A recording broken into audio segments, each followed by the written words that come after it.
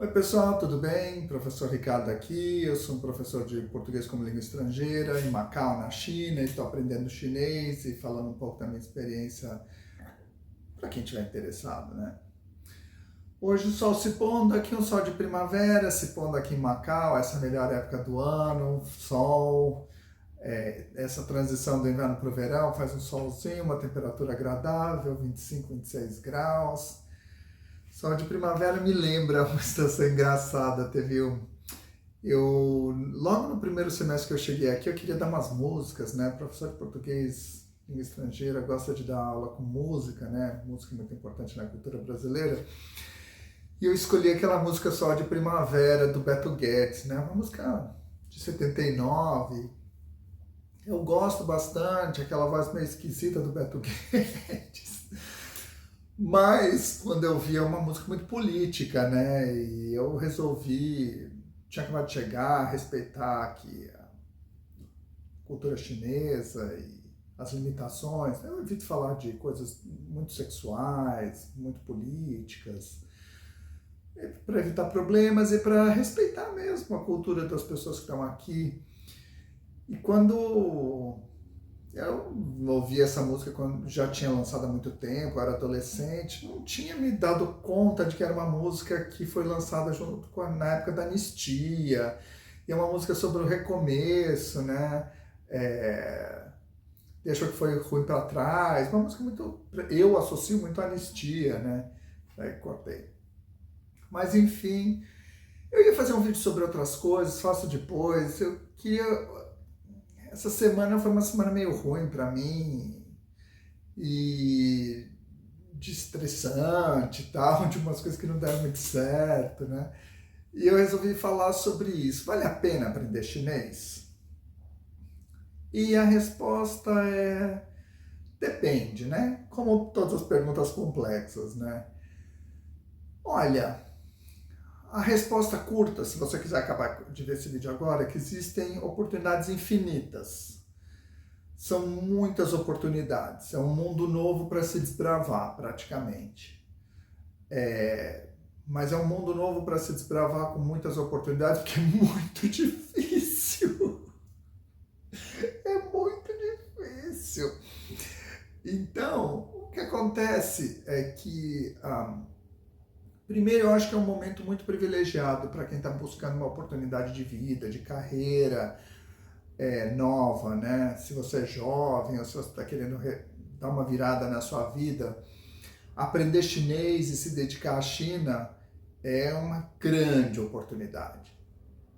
Os brasileiros não estão um pouco mais ligados na China, mas é uma coisa muito contemplativa, muito distante, tem lá a China. As pessoas no Brasil sabem muito pouco sobre a China. Não tem nem tem aquele estereótipo do imigrante chinês, mas que também não é muito forte, porque teve um pouco de imigração chinesa no Brasil, mas não é uma migração, apesar de ser antiga e consolidada, não foi uma coisa marcante nos números que foi a imigração italiana ou a imigração japonesa, né? E então tem a comida chinesa, que é totalmente fake. A comida aqui da China não tem nada com a comida do China Box ou do restaurante chinês da sua esquina, nada a ver. Assim, quando eu até mostro nas minhas aulas, tem uma aula que eu dou sobre brasileiros asiáticos, dei esse semestre para uma turma de português avançado, e eu mostrei um vídeo de propaganda do China Box e de coisas de comida chinesa, e aquelas coisas do Brasil, né? Rolinho primavera, sabor calabresa, sabor mussarela. E eles acharam uma loucura que né?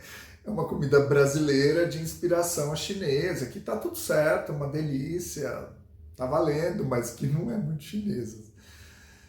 E não devia ter falado de marca, não quero ganhar dinheiro com esses podcasts mesmo. Dane-se. Mas assim, os brasileiros conhecem muito pouco da China e não estão muito. Então tem um leve interesse bissexto assim, na China. E os chineses estão ainda menos interessados no Brasil. O que aconteceu é que o Brasil virou. A cultura brasileira se espalhou pelo mundo nos anos 50. Final dos anos 40, começou nos anos 50 com a Carmen Miranda, daí com o futebol. E depois se consolidou mesmo com a Bossa Nova, né? Com Tom Jobim, que foi para os Estados Unidos, fez muito sucesso, sucessão mesmo, né? Sucesso mesmo. Nessa época a China estava muito fechada para o mundo. Eles estavam vivendo o processo deles aqui, de socialismo, muito fechado. Então a China nunca teve essa coisa de... Eles não gostam de futebol até hoje, não conhecem a música brasileira, o carnaval é meio estranho para eles, essa cultura do samba e futebol. Nada disso nunca chegou aqui. Então as pessoas sabem muito pouco sobre a América Latina, muito pouco sobre o Brasil, quase nada. Mesmo os alunos de português na universidade não sabem dizer... Acho que a única coisa que eles conhecem é o Cristo Redentor no Rio de Janeiro. Mas também não sabem nada sobre o Rio de Janeiro.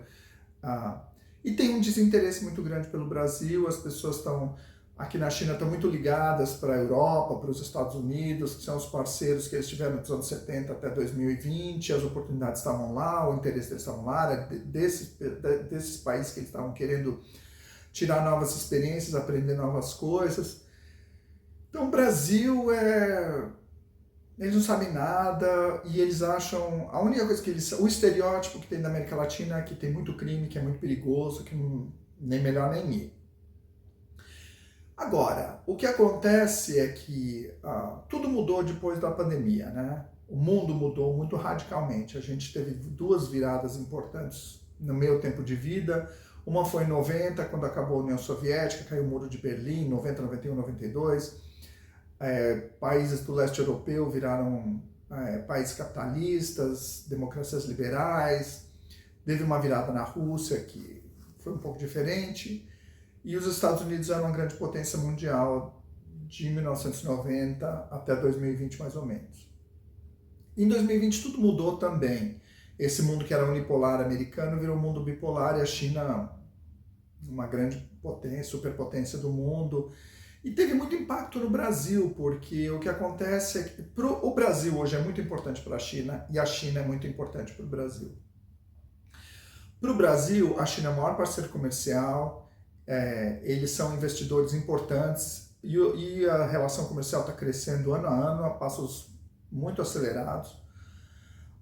O investimento também, e as coisas que o Brasil... As duas economias são muito complementares, né? Então, o que o Brasil produz, a China precisa muito, e o que a China produz, o Brasil precisa muito. O Brasil é basicamente um país que importa capital e tecnologia. E produtos industriais, especialmente de alta tecnologia, e hoje que precisa de muito investimento direto em infraestrutura, que são as coisas que a China faz melhor. Infraestrutura, trem, estrada, aeroporto, porto, essas coisas é o que a China faz melhor. Melhor que todo mundo, mais barato, em grande escala. A China tem uma tecnologia muito desenvolvida e está se desenvolvendo ainda mais a passos largos, está todo mundo vendo, inteligência artificial, programa espacial, supercomputadores, pesquisa em computadores quânticos. A minha universidade mesmo tem um departamento de inteligência artificial super forte, participa do programa espacial chinês. Então isso é muito forte na China e são coisas que o Brasil precisa. Mas a China também precisa muito do Brasil, porque a China é um país que importa todos os produtos básicos, comida, minérios, commodities agrícolas, que algumas não são comida humana, pelo menos é consumo humano, e que se a China não comprar do Brasil, ela tem que comprar de países que se afastaram da China hoje. Então, antes de 2020, a China comprava muito soja dos Estados Unidos, minério de ferro da Austrália, petróleo do Canadá. Todos esses três produtos, carne desses três produtos.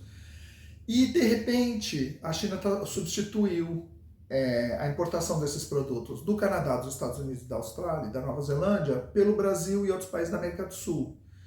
Que para eles é muito mais seguro. Porque a qualquer momento, se tiver qualquer conflito dentro desse contexto louco, dessa política internacional nova, os Estados Unidos podem boicotar, parar de exportar, ou criar barreiras. E a Austrália, Canadá e Nova Zelândia são muito ligados aos Estados Unidos. Então é muito melhor para eles importarem do Brasil, da América do Sul e de outras partes do mundo do que importar desses países.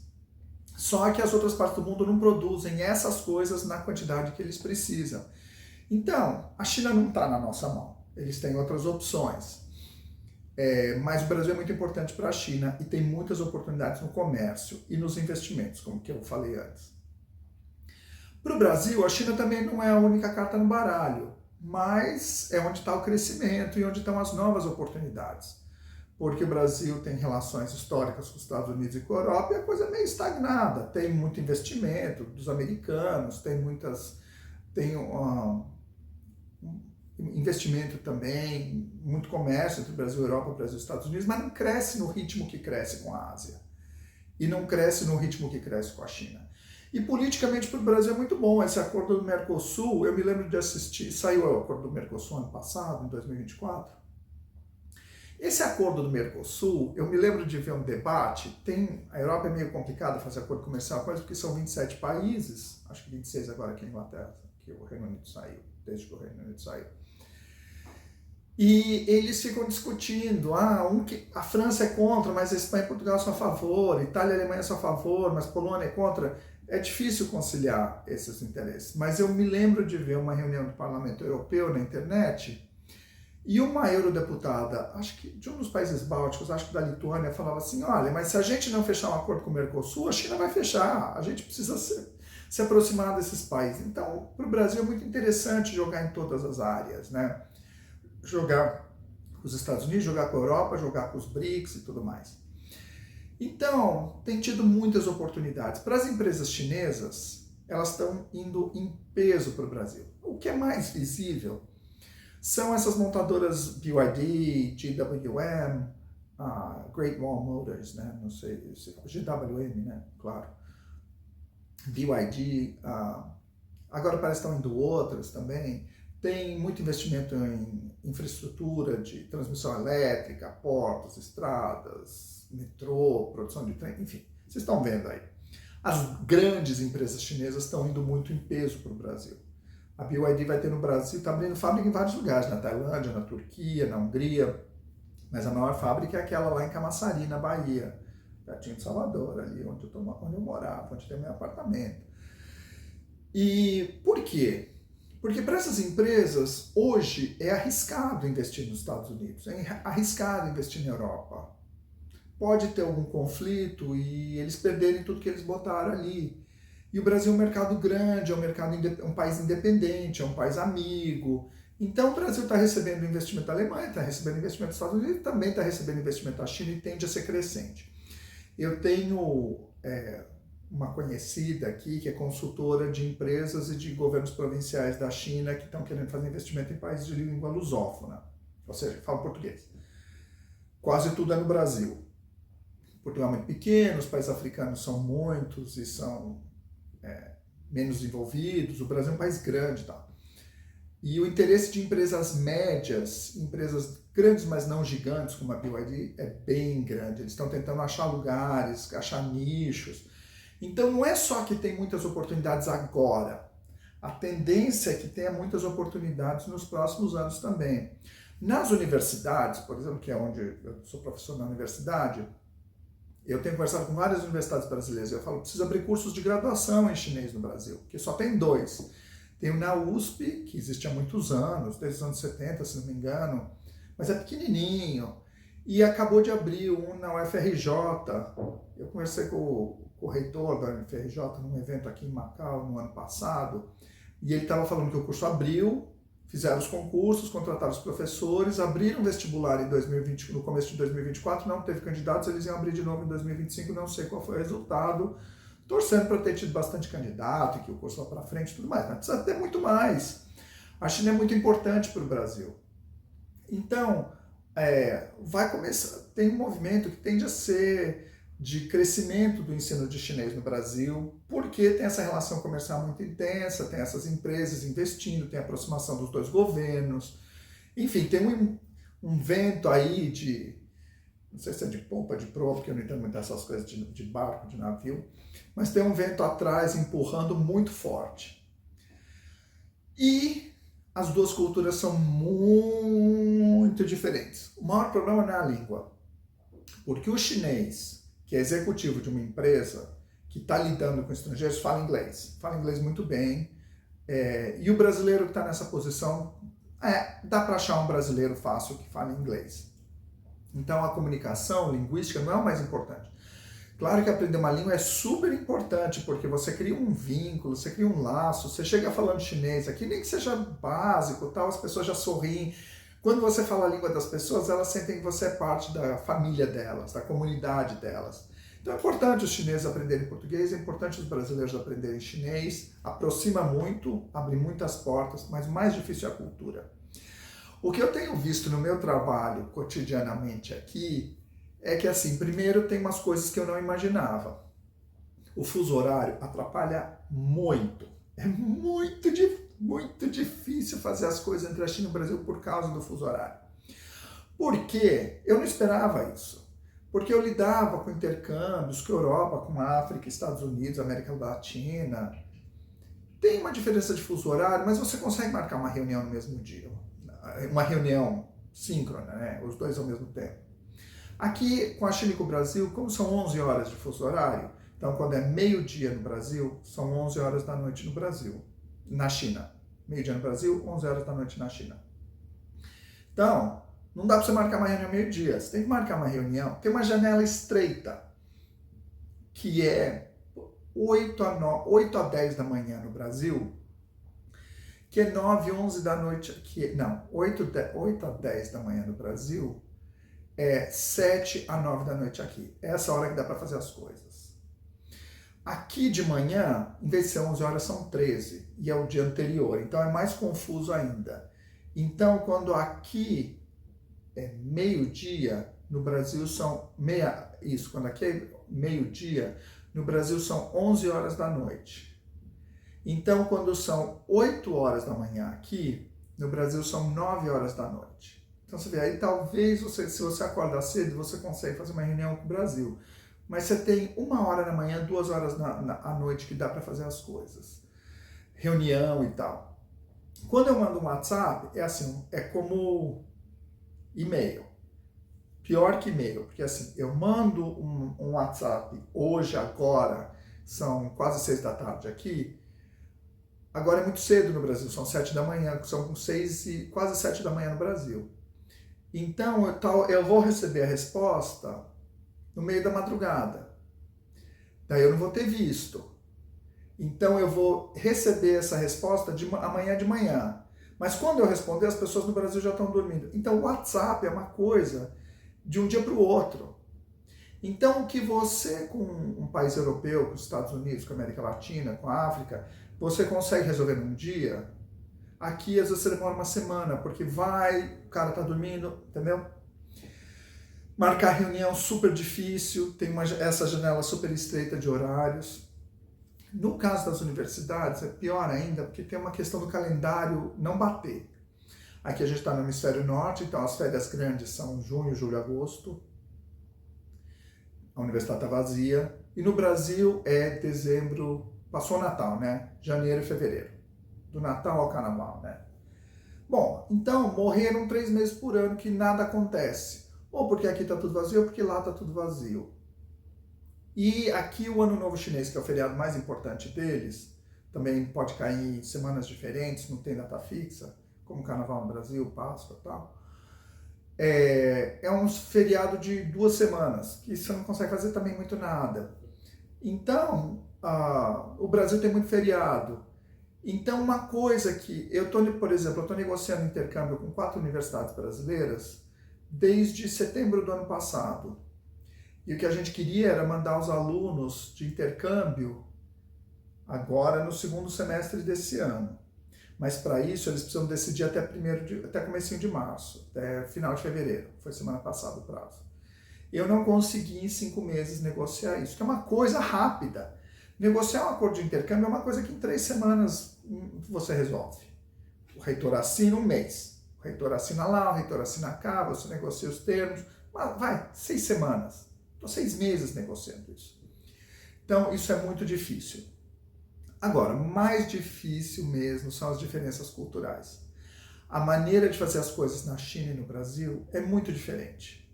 Tudo dá problema e tudo precisa ser explicado. Por exemplo, nesse acordo dos intercâmbios, eu mandei para uma universidade brasileira os documentos finalizados, depois de negociar, depois de tudo, e a universidade brasileira fez uma assinatura eletrônica com o gov.br. A reitoria não sabe o que é isso. E pediu o original Word. Por que estão assinando? Que negócio é esse de assinatura eletrônica? Eu tive que explicar. Bom, estou há 2 semanas nesse impasse, que eu tenho uma hierarquia muito forte aqui na China, nada se resolve de baixo para cima, então eu falo para a chefe das secretárias, a chefe das secretárias fala com a secretária do vice-reitor, do reitor, a secretária do reitor fala para o chefe de gabinete do reitor, o chefe de gabinete do reitor fala para o reitor. Daí o reitor tem uma dúvida, volta tudo. E nisso a gente perde uma semana. Até hoje, a Universidade Brasileira assinou com uma assinatura eletrônica, que é o que todo mundo deve fazer, que é mais confiável, mais garantido, mas eles não conseguem entender cadê o documento Word para a gente colocar também a assinatura do reitor. E esses são pequenos problemas. Tem problemas de procedimento, problemas de... tudo dá problema. E é um pouco estressante. É um pouco estressante. Um pouco. E tudo demora muito, e é muito difícil. E tem coisas que não dão certo. Tem coisas que eu vejo que seria super legal acontecer, que seria o máximo. Então, assim, tem o problema do calendário, do fuso horário, tem o problema das burocracias que não se entendem, tem o problema dos procedimentos, que eu faço muita coisa errada e as pessoas ficam bravas comigo por ingenuidade minha. Eu tô aqui há 2 anos, mas todo dia eu faço alguma besteira. É difícil e tem desinteresse em ambas as partes. Então, nem as instituições brasileiras estão super interessadas para brigar e fazer essas coisas andarem, nem as chinesas. Então, mas tem uma cobrança de cima. Então, o Xi Jinping veio, o presidente da China, Xi Jinping, fez uma visita para comemorar os 25 anos da devolução de Macau para a China. Um dia eu explico essa história num outro vídeo. E ele visitou a nossa universidade, por vários motivos. E ele falou que queria que nós nos empenhássemos, nós, eu digo, o governo de Macau, profissionais aqui de Macau, pessoas nas universidades, nos negócios, em tudo, para usar Macau como uma plataforma de aproximação entre o Brasil e a China. Então tem uma pressão política. O governador de Macau, que é um governador novo, fala disso o tempo inteiro, que tem que se aproximar dos países que falam de português. Então tem uma pressão de cima para baixo. E tem uma pressão da economia, das oportunidades das empresas. Mas é muito difícil fazer as coisas. E uma das coisas mais difíceis é que não tem pessoas que falem as 2 línguas e que conheçam as 2 culturas. E não estou falando só... Quando eu falo conhecer as 2 culturas, não é só saber aqui se come de palitinho, no Brasil se come de garfo e faca. Ou no Brasil se come feijoada, aqui se come arroz. Não é bem isso. Tem essa parte cotidiana da cultura. Tem a parte da comunicação, de como evitar ruídos, tá? Mas tem uma parte dos procedimentos das empresas, das instituições, como é que funcionam as empresas aqui, como é que funcionam os negócios, como é que as pessoas fazem as coisas, quais são as regras, o que pode fazer, o que não pode fazer, o que funciona melhor, o que não funciona melhor, no que as pessoas estão interessadas, e assim, é um abismo. Por exemplo, teve essa menina que eu conheci, eu chamo todo mundo de menina, ela é uma adulta, uma profissional, claro. E ela estava ajudando uma empresa, eles aqui na China têm um negócio que a internet é toda diferente, né? São outros aplicativos, outros canais e tal. Uma coisa que as pessoas gostam muito aqui é assistir canal de influenciadores que promovem produtos. E eles têm dezenas de milhões de seguidores, é uma coisa enorme. Então as pessoas ficam assistindo. O cara, ele testa maquiagem. Então tem um cara que ele tem 40, 50 milhões de seguidores, um cara muito famoso aqui na China, e ele faz um vídeo de 3 horas testando batom, e falando da vantagem de um, falando da vantagem de outro, é meio que um programa, assim. E eles queriam fazer... Essa empresa contratou essa menina que fala um português maravilhoso, já foi para o Brasil várias vezes, faz esse tipo de negócio, é consultora, para ir para o Brasil e criar isso. e ela foi procurar governos e ela teve um contato, acho que com o governo estadual do Espírito Santo, foi alguma cidade do Espírito Santo. E ela foi parar numa escola técnica do Espírito Santo, que ela queria fazer um curso de formação de influenciadores digitais para criar um canal de promoção de produtos no Brasil. E ela queria criar uma agência que ela ia contratar as pessoas por CLT para fazerem essa promoção de produtos. E eu falei para ela, isso não vai dar certo, tá tudo errado. Primeiro que, bom, se você quer fazer as coisas no Brasil, você não vai atrás de governo. Aqui na China é assim, o governo é que toca tudo, inicia tudo, induz todas as ações, mas no Brasil não, você vai direto no mercado. Depois eu falei assim, brasileiro não vai ficar assistindo um programa de 3 horas sobre batom, ou sobre mouse, ou sobre almofada. Ninguém tem saco para isso. Sei lá, talvez eu esteja errado. Mas você quer realmente? As pessoas querem ver celebridades, podcast, querem ver vídeo de cachorrinho. Mas as pessoas não consomem do jeito... Tem uma cultura de consumo muito diferente no Brasil e na China. Agora, certamente ir para uma escola e tentar fazer um curso de formação de influenciadores digitais é uma ideia tão errada. Não é assim que as coisas funcionam no Brasil. O Brasil tem pessoas muito criativas e comunicativas, chacoalhar cai 200 milhões, mas é diferente. Então eu falei assim para ela, vai atrás de uma agência de publicidade especializada em mídia digital. Tem milhões de pequenas empresas especializadas nessas coisas. Daí você cria uma publicidade para os podcasts e para os canais que as pessoas já assistem. E eu falei assim, ir para a escola? Vocês estão malucos? Uma escola no interior do Espírito Santo? Tá doida? Faz um concurso online. E eu falei assim, e no Brasil, CLT, tem um pessoal que quer fazer concurso público, tem um pessoal que quer CLT. Mas esse tipo de pessoa que quer ser influenciador digital não trabalha nas artes, você não trabalha nesse esquema de CLT.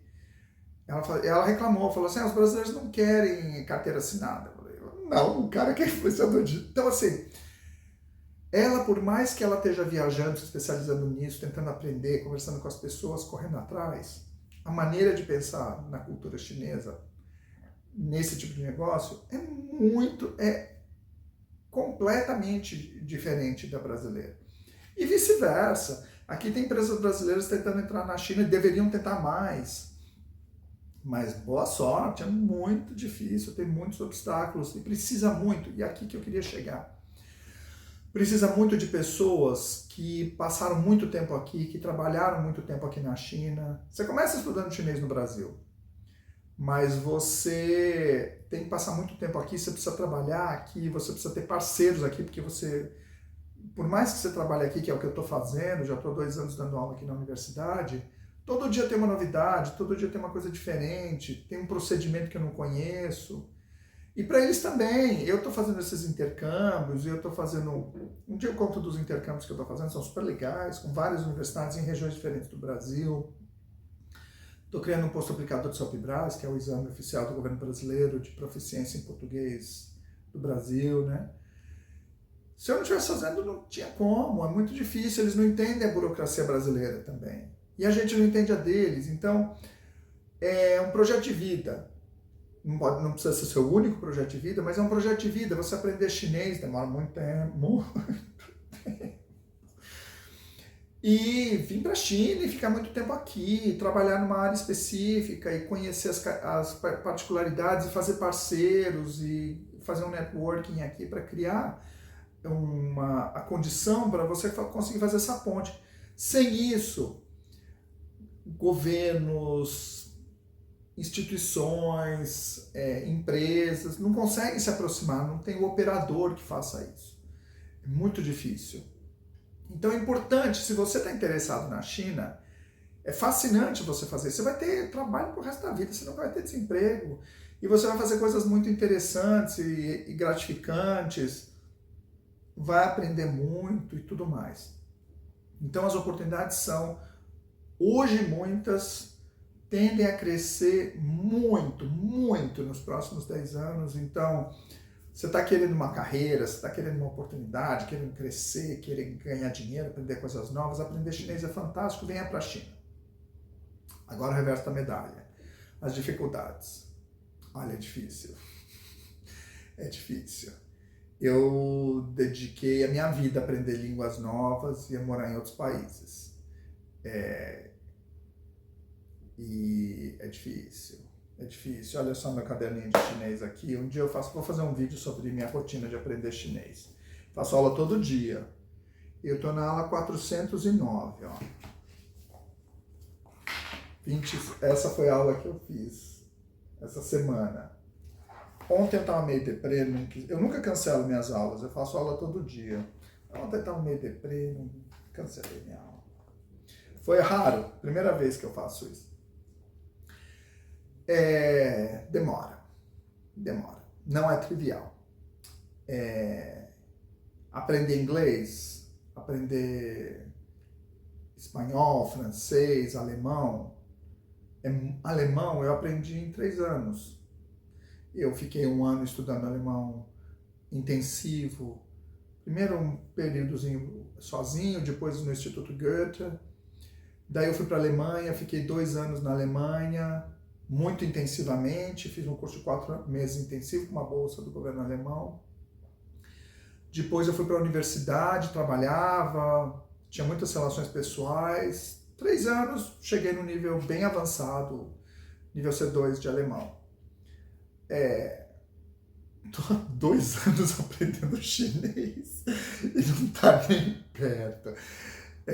Eu não aprendo escrita, só no final de semana que eu brinco de caligrafia, porque eu acho lindo, me relaxa, mas eu não sei ler e escrever. Eu só aprendo a falar e tô no nível A2, para quem entende isso, é um nível...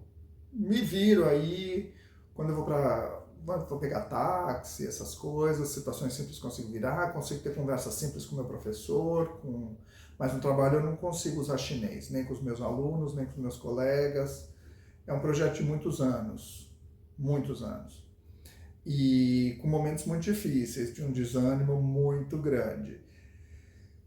E assim, eu sou uma pessoa que adoro aprender línguas, vivo para isso, eu já parei para estudar sistematicamente, sei lá, umas 15, 20 línguas, que eu uso bastante, eu uso umas 8, 9 línguas, com algum nível de proficiência razoável. No meu cotidiano eu uso umas 4, 5 línguas todos os dias, é o que eu fiz da vida toda. Minha primeira experiência internacional foi com 3 anos, quando meus pais foram para os Estados Unidos, e eu fui junto e cresci bilíngue, e depois eu voltei para o Brasil, logo depois, com 7 anos. Mas assim, vivi em vários países e tô apanhando, viu? Tô apanhando. Então, e é difícil morar na China, aqui a internet é outra, a China não é super aberta a estrangeiros. Posso um dia contar, é difícil, assim, quando eu pego o ônibus, ninguém senta do meu lado. Não é hostil, mas tem uma distância com os estrangeiros. Eles são muito gentis, os chineses são super gentis, sorridentes, as pessoas me tratam bem, mas tem uma distância difícil de superar. Talvez seja a minha idade também, porque eu já tenho 53 anos, é mais difícil nessa idade fazer amigos do que com 20. E é muito longe, tem essa coisa do fuso horário também significa que eu não consigo ligar para as pessoas no Brasil e conversar facilmente por causa do fuso horário, né? É difícil ir para o Brasil, é muito caro, mas mais caro é muito longe. Demora muito ir para o Brasil. Eu tenho ido 2 vezes por ano, mas eu fico doente quando eu vou, fico doente quando eu volto, aquele resfriadinho de avião. É um voo muito longo, eu não consigo fazer tudo numa tacada só, normalmente eu paro na metade do caminho. É do outro lado do mundo, né? A comida é muito diferente, os hábitos são muito diferentes.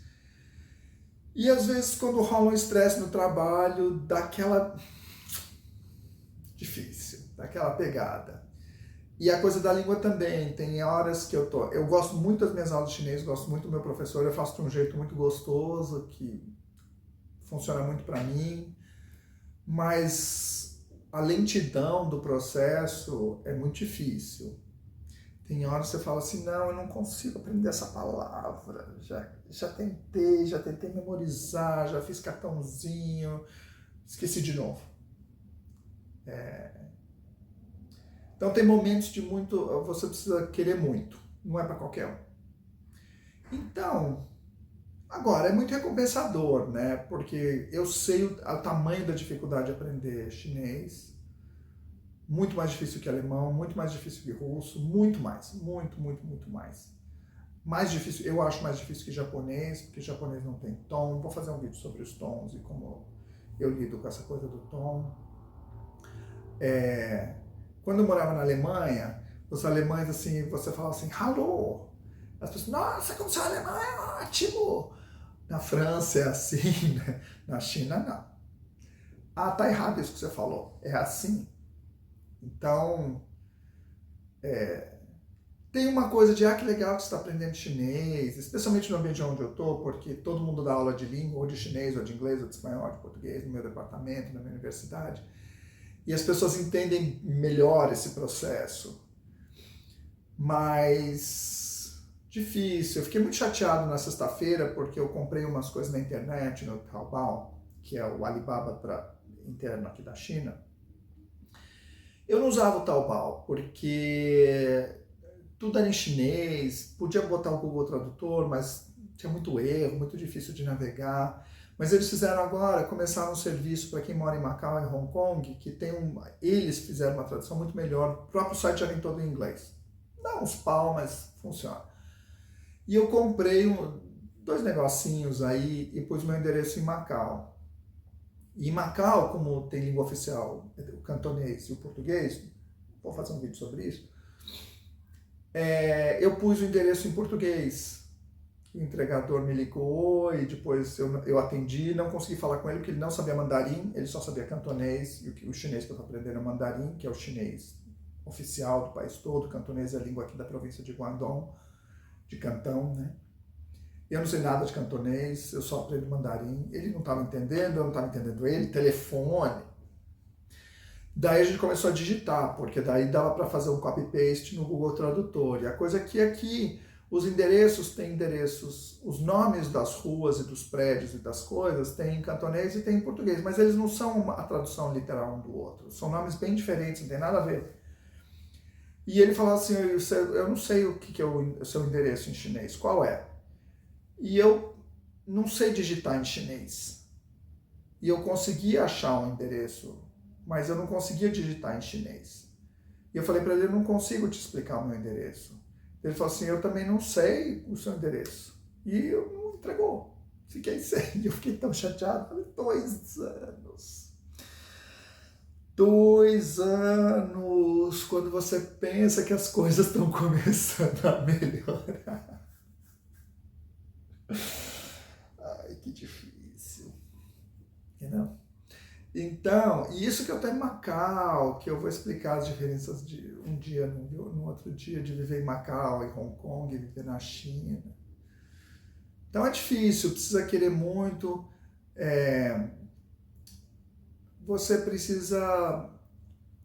O lance são 2 coisas. Primeiro, você precisa ser muito disciplinado na sua rotina de aprendizagem. Dá para fazer 2 aulas por semana, que você demora 50 anos para aprender a perguntar onde é o templo. Tira uma foto para mim, que é muito lento. Você tem que fazer aula todo dia mesmo. Não precisa ser muito tempo, mas precisa fazer aula todo dia. Precisa estudar, precisa se dedicar, precisa vir morar bastante tempo aqui na China, 2 meses não adianta. Precisa ter para você usar isso profissionalmente, precisa vir aqui, ter uma experiência profissional também, é o ideal. Então você precisa aprender um método que funcione para você. Você precisa desenvolver uma rotina de aprendizado que funcione para você, que você goste. Não é nem que dê tanto resultado, o resultado é lento de um jeito ou de outro. Mas você precisa gostar da rotina de aprender. Hoje vai ter aula, estou animado, minha hora boa do dia é minha aula. Fiz tudo de um jeito que eu gosto muito. E eu vou falar disso no outro vídeo. Estou prometendo um monte de vídeo aqui, vamos ver. Vou fazer. ritmo de trabalho aqui na China é intenso, né? Mas domingo eu faço vídeo. E a outra coisa é que você precisa achar coisas na cultura chinesa que você se apaixone, que você acha, assim, muito legais e que te mova. Porque a oportunidade de dobrar o seu salário, estou falando isso porque a BYD foi para Camaçari, lá na Bahia, e prometeu que quem falasse chinês, eu acho que até o nível básico, mesmo que seja o nível básico, o salário é em dobro. Agora todo mundo quer aprender chinês. Mas isso serve como um movimento inicial. Não sustenta 10 anos de aprendizagem intensa durante todo o dia, entendeu? Você precisa achar uma coisa da cultura, seja a música, eu não gosto da música chinesa, da pop, assim, eu gosto da tradicional, mas que não tem letra. Ou a arte, ou a caligrafia, ou filme, ou série, ou a comida. Normalmente precisa ser uma combinação dessas coisas, uma só também não adianta. E isso para mim tem sido um grande desafio, porque eu gosto da cultura chinesa, mas eu ainda não achei a coisa que me pega, assim, que me move, é que eu gosto muito das pessoas. O trato com as pessoas é muito doce, é muito... os chineses estão sempre sorrindo, eles são muito gentis, os meus colegas, os meus alunos, as pessoas na rua são pessoas muito gentis, muito doces. Então, isso é o que me move mais. Mas eu sinto que eu precisaria... Eu gosto de algumas comidas. Eu preciso fazer um vídeo de comidas aqui, de Macau, pelo menos, né? Tem umas comidas meio... não muito legais, assim. Mas tem umas muito boas. Comida é um tema legal para fazer um vídeo, né? Enfim. Mas achar coisas que você adora para te estimular, especialmente nesses períodos de baixada, assim, de bater uma deprê, você não está muito legal, está cansado, está trabalhando muito. Mas... Então, a minha conclusão é, primeiro, como diz uma amiga minha, se fosse fácil, todo mundo ia querer.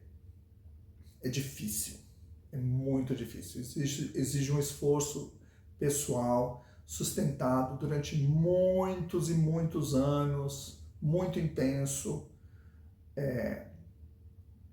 tanto para aprender a língua, como para viver na China, como para aprender mais sobre a cultura e viver essa experiência. Não é uma coisa rápida, não mesmo, mas exige muito esforço. Agora, a recompensa é muito grande. Quando eu vou para viajar pelo interior da China e eu consigo falar com as pessoas, e as pessoas vêm falar comigo no trem ou na rua e vêm perguntar coisas. É super legal quando eu consigo me comunicar com elas. Muito legal. Eu me sinto com toda a dificuldade, fazendo erro, tão para lá. Mas é muito legal. E tem uma recompensa profissional, né? Que é não só você ganhar dinheiro, mas fazer coisas interessantes e criar coisas novas e fazer projetos. Então, se você... Bom, eu vim para a China com 51 anos? 52 anos. Não, eu tinha 52 anos quando eu vim para a China. Não precisa ser um jovenzinho, né? É mais difícil quando você é mais velho, mais difícil quando você já está mais estabelecido, é mais difícil quando você tem família. Apesar que isso não, conheço gente que veio com a família, põe as crianças na escola, elas aprendem chinês, tudo de bom. Para as crianças é até mais fácil e mais divertido do que para os velhos. Agora, especialmente se você é jovem, as oportunidades são muito grandes, é um mundo muito fascinante, muito recompensador. Especialmente se você gosta de... você precisa gostar de aprender línguas e se interessar por outras culturas e querer ter essa vida internacional, que é muito interessante, muito recompensadora. Tanto financeiramente, você ganha mais, muito mais, não por estar aqui na China, mas por estar fazendo um trabalho desse tipo. Mas muito estimulante, é muito recompensador quando com tantas dificuldades você consegue fazer um projeto novo, consegue criar uma coisa nova, você vê um resultado e fala, uau, fiz uma diferença aqui, muito legal. Então fica isso, mas tenta e persiste, né? A gente tem um programa de alunos no meu departamento, tem um curso de doutorado em chinês como língua estrangeira. Então são chineses que fizeram graduação, fizeram mestrado e agora estão fazendo doutorado para serem professores de chinês para estrangeiros, pelo mundo. E a gente tem um convênio com uma universidade no Brasil parceiros muito legais da Universidade vou até falar o nome, não deveria, mas a Universidade Federal de Sergipe, muito legal esse projeto. Eles que procuraram a gente, tem sido maravilhoso. E eles têm 2 alunos de graduação que dão aula de chinês para os nossos alunos aqui, e a gente tem alunos do doutorado de chinês como língua estrangeira que dão aula de chinês para eles lá. E a gente tinha medo, a gente abriu a turma com 20 alunos, terminou com 8. Eu falei, pô, 8 tá muito bom, desistiu só metade. 9. Não, acho que foi 10 ou 11 que continuaram. Tô exagerando. Foram 11. Desistiu mais ou menos metade. Eu falei, metade? Para curso de língua livre e gratuito no Brasil, é uma taxa bem de sucesso, não é diferente dos cursos de francês, de inglês, que são línguas muito mais fáceis de aprender, né? E os alunos estão continuando e estão interessados na cultura chinesa e são jovens, entusiasmados. Eu fui lá dar uma palestra no ano passado, veio todo mundo, foi super legal. Então, isso é muito bacana, né? Eu acho que de ser professor, né, de você ver esse pessoal jovem, se empolgando com uma coisa nova, descobrindo um novo mundo, muito bacana. Mas tem que ter bastante disciplina, tem que ter um pouco de aptidão mesmo, você tem que gostar disso, ter um certo talento para aprender línguas, para cultura, está muito interessado na China, mas é muito recompensador. Então, eu estou vivendo isso, não é sem dificuldades, mas eu recomendo muito. Tá bom? Então era isso, até domingo que vem. Valeu!